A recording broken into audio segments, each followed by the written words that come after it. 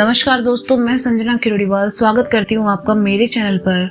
आप सुन रहे थे मेरे साथ लव यू जिंदगी भाग 14। जैसे ही सार्थक ने सुना शीतल राज की गर्लफ्रेंड है, उसका दिल टूट गया। वह कुछ बोल ही नहीं पाया। तब तक शीतल दरवाजे पर आई और सार्थक को देखकर हैरानी से कहा, तुम यहाँ? क्यों? मेरी मौजूदगी में से यहाँ आना चाहिए था। राज ने सार्थक को घूरते हुए कहा। राज, ये सार्थक है, इसी अपार्टमेंट में रहता है, शीतल ने डरते हुए कहा। रोज आता होगा तुमसे मिलने? राज ने गुस्से की घूंट पीते हुए कहा। ऐसे क्यों बात कर रहे हो? शीतल ने कहा। क्यों, तकलीफ हो रही है? मेरी गैर मौजूदगी में कैसे कैसे लड़के तुमसे मिलने आते हैं, साफ दिख रहा है शीतल, राज ने गुस्से से कहा। देखिए, ऐसा कुछ नहीं है, मैं सिर्फ। सार्थक ने जैसे ही कहा, राज ने उसे गुस्से से कहा, तू निकल यहाँ से, समझा? सार्थक को राज की बात अच्छी नहीं लगी, लेकिन उसे कोई फर्क भी नहीं पड़ा। उसे तो बस शीतल की परवाह थी। वह जैसे ही शीतल की ओर बढ़ा, राज बीच में आ गया और कहा, क्यों, लवर है इसका? प्यार करता है इससे? मुझसे ज्यादा प्यार इसे कोई नहीं कर सकता। चल निकल यहाँ से। शीतल, मुझे तुमसे एक बार बात करनी है, सार्थक ने शीतल से कहा। फिर ठीक है, मैं चला जाता हूँ। मेरे सामने वो बातें कैसे होगी जो अकेले में होती है, राज ने गुस्से से कहा। शीतल, सिर्फ 2 मिनट, मेरी बात सुन लो प्लीज, सार्थक ने कहा। राज ने शीतल की बाह पकड़ी और कहा, तू डिसाइड कर ले, तुझे यहाँ ये चाहिए या मैं? सार्थक, प्लीज जाओ यहाँ से। शीतल की आंखों में आंसू आ जाते हैं। शीतल, सार्थक ने आस भरी नजरों से देखते हुए कहा। सार्थक, प्लीज जाओ यहाँ से, शीतल ने कहा और सार्थक के मुंह पर दरवाजा बंद कर दिया। सार्थक अपना टूटा हुआ दिल लेकर वहां से चला गया। शीतल ने जैसे ही दरवाजा बंद किया, राज ने उससे झगड़ना शुरू कर दिया और एक थप्पड़ शीतल के गाल पर रसीद करते हुए कहा, कौन था वो? यार था तुम्हारा? मैं काफी नहीं हूँ? हाँ, दिल्ली आए अभी कुछ दिन नहीं हुए तुम्हें और तुमने रंग दिखाना शुरू कर दिया। देखा कैसे घूर रहा था वो मुझे? साले की इतनी हिम्मत, मेरे सामने तुमसे मिलने आएगा वो। और तुम्हें तो खुशी हो रही होगी ना, लड़कों की लाइन लगी है तुम्हारे पीछे, लेकिन मैं तुम्हें इतनी आसानी से छोड़ने वाला नहीं हूँ। ऐसा कुछ नहीं है राज, वो यहाँ क्यों आया था मुझे नहीं पता, शीतल ने रोते हुए कहा। अच्छा, तुम्हें नहीं पता? बहुत भोली बन रही हो मेरे सामने। तुम्हें मैं अच्छे से जानता हूँ, मुझसे मन भर गया ना तुम्हारा, इसलिए नया यार ढूंढ लिया अपने लिए। लेकिन एक बात याद रखना, ऐसा मैं हरगिज नहीं होने दूंगा। बर्बाद कर दूंगा तुम्हें और तुम्हारे उस आशिक को, राज ने गुस्से से शीतल की बाह पकड़ते हुए कहा, जिससे शीतल को भयंकर दर्द हुआ। उसकी आंखों से आंसू बहते जा रहे थे और वो राज को अपने सही होने की सफाई देती रही, लेकिन राज ने उसकी एक नहीं सुनी और छोड़कर चला गया। शीतल वहीं दीवार से लगकर जमीन पर बैठ गई और रोने लगी। राज का बर्ताव और उसकी बातें एक बार फिर उसके दिल को छलनी कर गए।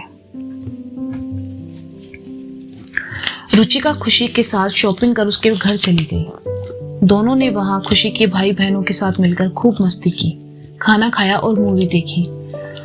नैना और शीतल के साथ साथ रुचिका खुशी की भी दोस्ती हो चुकी थी। नैना लाइब्रेरी से मॉल चली आई और उसे शॉपिंग का कोई शौक नहीं था। उसने कोई इंग्लिश मूवी की टिकट ली और अकेले ही देखने चली गई। नैना के बगल में कपल आकर बैठ गया। नैना ने एक नजर देखा और फिर फिल्म पर ध्यान लगा लिया। आधी मूवी तक मुश्किल से नैना वो फिल्म देख पाई, क्योंकि फिल्म से ज्यादा उसके कानों में पास बैठे कपल्स की बातें ज्यादा पड़ रही थी। इंटरवल में नैना बाहर आई और अपने लिए कोल्ड ड्रिंक ली। वापस आकर अपनी सीट पर बैठ गई। वह कपल्स वहीं बैठे थे और एक दूसरे का हाथ थामे प्यार भरी बातें कर रहे थे। नैना ने अपना ध्यान फिल्म में लगा लिया। कुछ देर बाद ही वह कपल्स की बातें फिर शुरू हो गई। नैना इतना तो समझ चुकी थी कि वे दोनों फिल्म देखने में बिल्कुल इंटरेस्टेड नहीं थे। नैना ने फिर ध्यान फिल्म पर लगाया, तभी पास बैठे कपल में से लड़के ने कहा, बेबी एक किस दो ना। नहीं बाबू, सब देख रहे हैं, लड़की ने कहा। सब फिल्म देखने में बिजी है, प्लीज सिर्फ एक किस ही तो मांगा है, प्लीज, लड़की ने कहा। बाबू समझा करो ना, ये पब्लिक प्लेस है, जिद नहीं करते, लड़की ने कहा। बेबी प्लीज, इतनी अच्छी मूवी है, किस तो बनता है ना, लड़के ने मिमियाते हुए कहा। नैना जो अब तक खुद को कंट्रोल करके बैठी थी, उसने सामने स्क्रीन देखते हुए कहा, दे दो एक किस, बेचारे ने 360 रुपए की टिकट खराब की है तुम्हारे लिए, एक किस तो बनता है।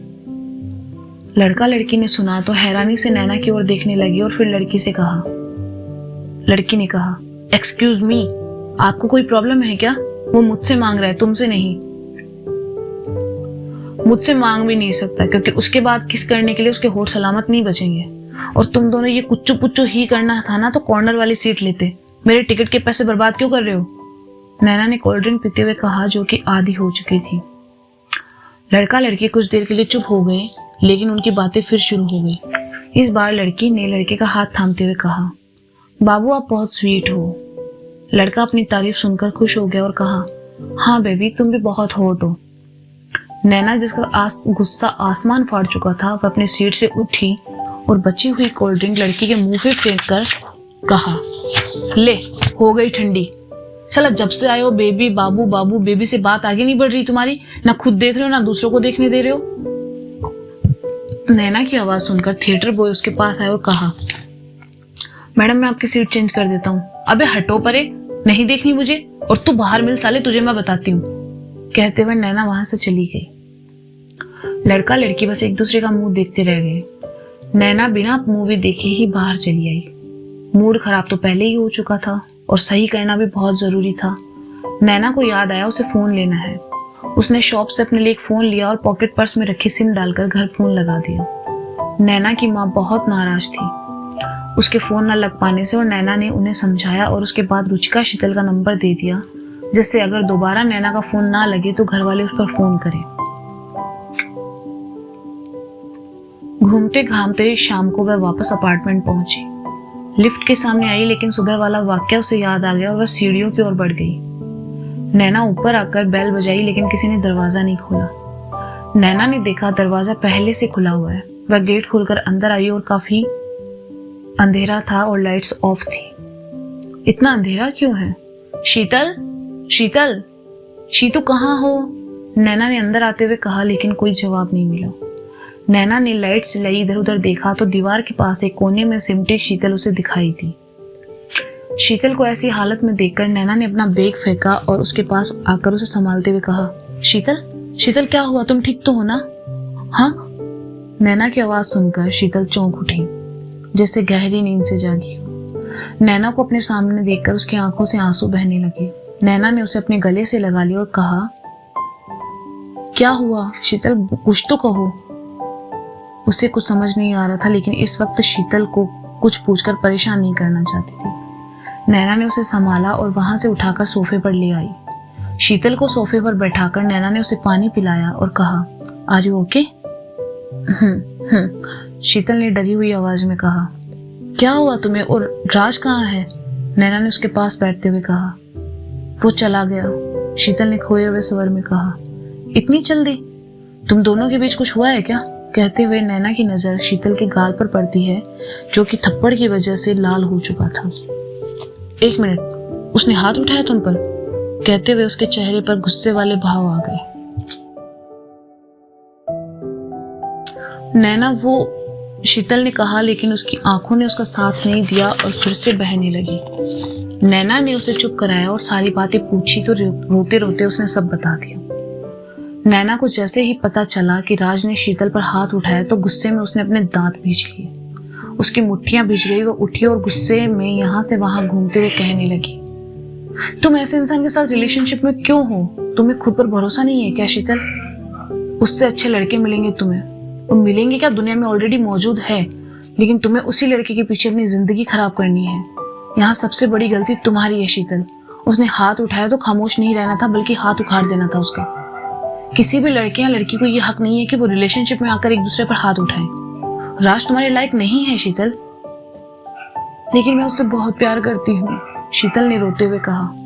कैसा प्यार? हाँ, वो प्यार जिसमें हर रोज तुम्हें रोना पड़ता है, जलील होना पड़ता है। उस इंसान से तुम अपनी मर्जी से कहीं ना आ सकती हो, ना जा सकती हो, ना कपड़े पहन सकती हो, किसी से बात नहीं कर सकती। वो जब चाहे तब तुम्हें गाली दे सकता है, तुम्हें मार सकता है, यहाँ तक कि हर दिन तुम्हें घुट घुट कर जीना पड़ता है। किस काम का ऐसा प्यार जिसमें इंसान खुशी ना हो? नैना कहते कहते थोड़ा इमोशनल हो गई। उसे शीतल को आज इस हालत में देखकर बिल्कुल अच्छा नहीं लग रहा था। हमेशा हंसने मुस्कुराने वाली, जिंदगी बेपरवाह होकर जीने वाली नैना की आंखें आज नम थी। शीतल का दर्द वह महसूस कर पा रही थी। वह शीतल के पास आई और उसके बगल में बैठते हुए कहा, इन सब से बाहर निकलो शीतल, जिंदगी में करने के लिए बहुत कुछ है। मैं सोना चाहती हूँ नैना, थोड़ी देर के लिए सो जाऊं प्लीज? शीतल ने कहा, ओके, कुछ खाओगी तुम? नैना ने पूछा। नहीं, शीतल ने जवाब दिया। ठीक है, तुम सो जाओ, सो जाओगी तो थोड़ा अच्छा लगेगा, नैना ने कहा तो शीतल उठकर कमरे में चली गई। नैना सोफे पर बैठी गुस्से से उबल रही थी। इतना रिश्ता तो बन चुका था उसका रुचिका और शीतल से कि उनकी आंखों में आंसू देखना नैना को अब अच्छा नहीं लगता था। शीतल जाकर सो गई। नैना कमरे का दरवाजा बंद करके वापस आई और गुस्से में यहाँ से वहां घूमने लगी। क्या करे समझ नहीं आ रहा था। तभी उसकी नजर टेबल पर रखी शीतल के फोन पर गई। नैना ने उसे उठाया और राज का नंबर निकाला और डायल करने का सोचकर रुक गई। यहाँ बात की तो शीतल जाग जाएगी, बाहर जाकर करती हूँ। नैना फोन लेकर चुपचाप टेरेस पर चली आई। उसने राज का नंबर डायल किया और 2-4 रिंग के बाद उधर से आवाज आई। साली कितनी बार कहा है तुझसे कि मुझे फोन मत कर, समझ में नहीं आता तुझे? सुन बे, गाली, नैना ने कहा। शीतल की जगह किसी और की आवाज सुनकर राज थोड़ा चौंका और कहा, कौन बोल रहा है? तेरी अम्मा बोल रहे हैं बे। साले क्या समझते हो खुद को? लड़की पे हाथ उठाओगे? साले मर्दान की बची नहीं है क्या? और तू होता कौन है उस पे हाथ उठाने वाला? नैना का गुस्सा अपनी मातृभाषा में निकला। वो मुझसे प्यार करती है, मैं उसे मारूं या हाथ उठाऊं, तुम कौन होती हो हम दोनों के बीच में बोलने वाली? राज भी तैश में आ गया। दोस्त है वो मेरी, और हमारे यहाँ दोस्तों के लिए जान दी जाती है। आंखों में आंसू नहीं, तू जानता भी है कितना प्यार करती है वो तुझसे, उसके बाद तू उसके साथ इतना घटिया बर्ताव करता है। साले थू है तुझ पे, नैना गुस्से में कही जा रही थी। ए तमीज से बात करो, राज ने हकलाते हुए कहा। साले तमीज की बत्ती बना के ना तेरी, तू जो कर रहा है अच्छा नहीं कर रहा है। एक सीधी सादी लड़की का प्यार के नाम पर फायदा उठा रहा है तू, नैना ने कहा तो राज बेशर्मों की तरह हंसने लगा और कहा, वो प्यार करती है मुझसे, वो भी इतना कि मेरे एक इशारे पर दौड़ी चली आएगी। और तू मत सिखा मुझे प्यार के बारे में, तू जानती भी क्या है प्यार क्या है? नैना ने कहा, मैं भले प्यार के बारे में ना जानती हूँ, लेकिन तुम्हें तुम्हारी भाषा में समझाना पड़ेगा। बेटा प्यार के नाम पे ये जो बवासीर फैलाए हो ना, समेट लो, वरना बहुत बुरे पे ले जाओगे। और आज के बाद शीतल को परेशान किया या उसे रुलाया तो याद रखना, नैना बजाज नाम है मेरा। ऐसा हाल करूंगी आईना देखेगा तो पहचान नहीं पाएगा खुद को। तुम क्या उखाड़ लोगी मेरा? राज ने कहा। बेटा ज्यादा चोड़ियाने की जरूरत नहीं है, मेरा कुछ नहीं बिगड़ेगा, तुम्हारा बहुत कुछ उखड़ जाना है। अपने से कमजोर पर हाथ उठाया है, किसी शेरनी से पाला नहीं पड़ा तेरा। बचपन में तेरी मम्मी ने अगर खींच के एक कंटाब लगाया होता ना तो समझ आता कि एक लड़की पे हाथ उठाना क्या होता है। तुम्हारे लिए अच्छा यही है कि शीतल से दूर रहे तू, कहकर नैना ने फोन काट दिया। राज को हड़काने के बाद भी उसका गुस्सा शांत नहीं हो रहा था, क्योंकि उसकी बातों से नैना ये तो समझ चुकी थी कि राज शीतल के लिए बिल्कुल सही नहीं है।